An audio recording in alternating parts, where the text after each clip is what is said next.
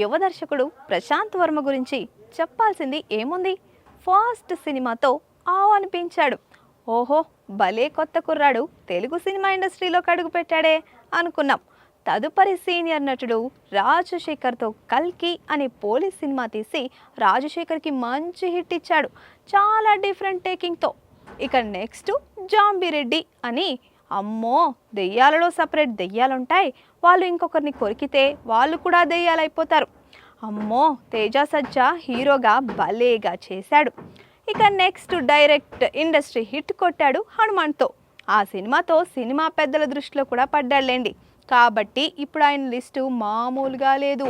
హనుమాన్కి సీక్వెల్గా జై హనుమాన్ సినిమాతో పాటు నందమూరి బాలకృష్ణ కొడుకు మోక్షజ్ఞ తొలి సినిమా కూడా డైరెక్ట్ చేసేస్తున్నాడు. అసలు ఈ ఆఫర్ మామూలుది కాదు కదా. బాలయ్యనే ఇంప్రెస్ చేశాడంటే అంతకన్నా మేము చెప్పాలా? అయితే ఇప్పుడు ప్రశాంత్ వర్మ రేంజ్ కొంచెం పెరిగింది కాబట్టి తనకంటూ ఒక పెద్ద ఆఫీస్ కట్టుకున్నాడంట. ప్రశాంత్ ఒక్క డైరెక్టరే కాకుండా చాలా సినిమాలకి స్టోరీలు కూడా ఇస్తున్నాడు.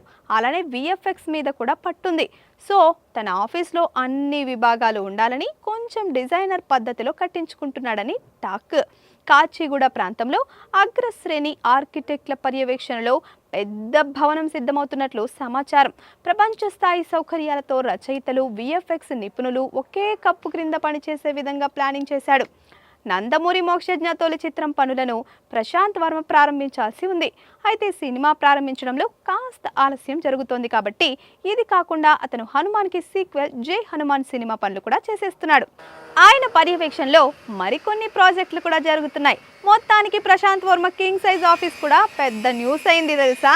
Please subscribe to the channel and download the Politicos app from the links in the description.